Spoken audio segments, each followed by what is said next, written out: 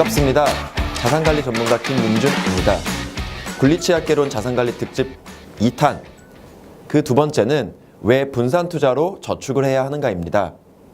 대부분의 사람들은 월급을 받으면 50%는 지출을 하고 50%는 저축을 합니다.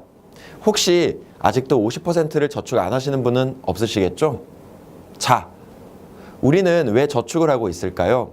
그리고 왜 분산투자로 자산을 모아야 할까요? 오늘은 그 이유에 대해서 흥미롭게 알아보겠습니다.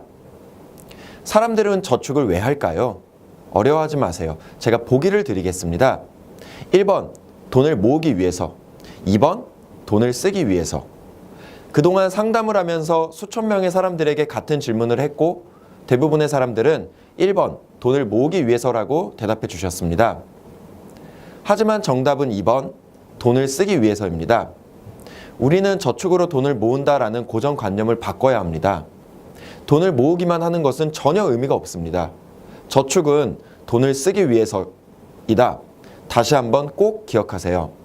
자, 예를 들어 자동차를 살 때, 주택을 마련할 때 노후 대비용으로 저축을 하고 많은 부자들은 돈을 가치 있게 쓰기 위해 열심히 저축을 하고 있습니다.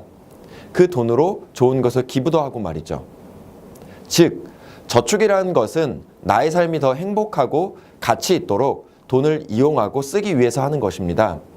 그런데 여기서 중요한 것이 하나 있습니다. 앞에서 말한 행복 추구는 단기적인 행복과 장기적인 행복으로 나누어 볼 수 있습니다.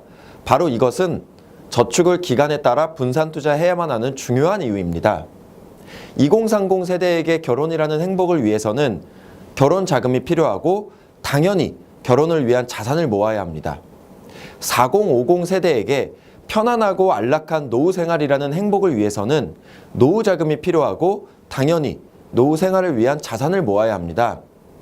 예를 들어 자녀를 키워야 하는 신혼부부의 입장에서 갓난 아기일 때의 분유값, 기저귀값 등 양육비, 그리고 그 아이가 고등학생 또는 대학생이 되었을 때의 학원비, 대학교 등록비, 생활비 등 교육비.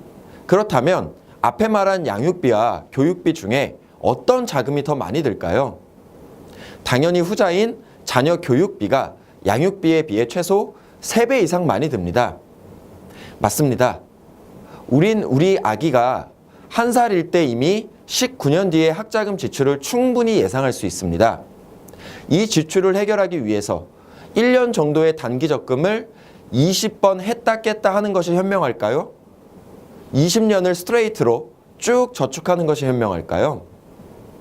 이 역시 당연히 후자가 더 현명한 방법입니다. 나이와 상황에 맞게끔 지출을 위한 저축 방법이 달라져야 하는 이유가 바로 이것입니다.